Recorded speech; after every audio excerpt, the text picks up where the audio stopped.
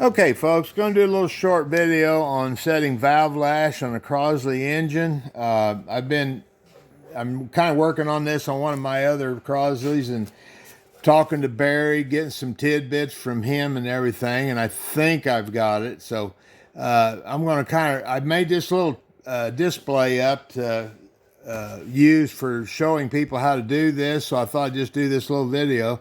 I put together all the valve components on cylinder number 1. And we don't need to do all of them, just cylinder number 1. And you can see I marked 7 thousandths on the exhaust, 5 thousandths on the intake. I put that right on there so I wouldn't forget. I also marked the lobe exhaust and the lobe intake so I know which one I'm on. Never hurts to have little reminders as you do these things. So before I even start this video, I actually did go in with my feeler gauge and I found out what the clearance is on these, and a 20 thousandths feeler gauge will just go through that. So we know we want 5 thousandths on the intake side. So 5 thousandths away from 20 thousandths is 15 thousandths. So several years ago I bought a bunch of parts from a guy, and there was a bunch of shims in there in a peanut can, and I went through and measured all of them and sorted them and everything. So I just now went through those, and I did find a 15 thousandths shim, and I'm going to slide that in there. We can do both of them. And while I'm sliding these in, also on the exhaust side, we need a 13 thousandths shim right there. Now, if you look in the service manual, they'll tell you to set the first lobe, set all the lobes straight up and down and check them. Well, Barry told me to set them at 10 and 2. And at first I wondered what he was thinking about. And then it dawned on me, if you set those lobes at 10 and 2 o'clock, you can set the lash on both valves at the same time before you turn the engine over to the number 2 cylinder to work on it. So it just saves you a little wear and tear.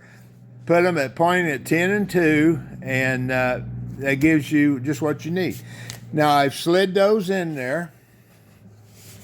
I'll go around here and show you what we got going on. There's the shim sticking out the back side. You want to bend those up at a 90 degree also so that they can't work themselves out.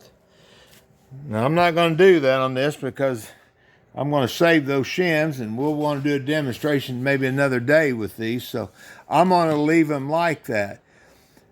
Now, sometimes when you're working on an old engine, there could be 1, 2, or 3, or 4, 5 shims already in there, and they could be a problem to get out. Well, here's a little thing that Barry showed me. Barry used a piece of tubing. I used copper wire folded in 2 and hammered flat. You stick that up through the spark plug hole. You rotate the camshaft up on the high point of the cam. Stick that piece of copper under the valve inside the chamber. And then when you release the tension on it, it takes all the tension off of that. Now you can go in there very easily, just get out all those shims that may be in there. So you can just bend that up out of a piece of number 12 wire, fold it in 2, hammer it flat so it'll fit up in that under that valve, and then when you're done with it, of course, you put some tension on it and slip this thing back out, and you're good to go. One more little item. When I put this thing together, right away, just visually, I could see the exhaust valve had way too much clearance. And I thought, man, I'll never get enough shims in there to fix that. Well, I took it back apart and looked, and I just threw it together, didn't pay attention to what I was doing, really. And on the little discs that go under the follower, I see this. Now, the valve stem has wore that thing into a hollow, and it's 5 thousandths deep. That means whether this engine was set perfectly on that exhaust valve, it already had 5 thousandths of sloppy lash. So you want to check these little washers. If you buy an old car or an older engine, you might ought to go through there and check the lash. Just do it. get it out of the way, because if you figure up all that wear, that's going to give you an extremely sloppy valve lash over time. Now, I assume, I've never asked anybody, but I assume you could just take these out, flip them over, and get away with it. But so really, on an unknown engine, it's not that big a deal. Pull the cam off, go in there and check those followers, check those little discs. You know, while you're at it, it's not that big a deal to go ahead and put new valve seals and springs in it too. I mean, it's easy enough to do.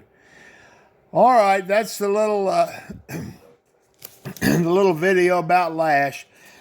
Excuse me. Hopefully that answers any questions. If not, put some questions in the comments. We'll try to do the best we can to figure it out. Thanks, folks.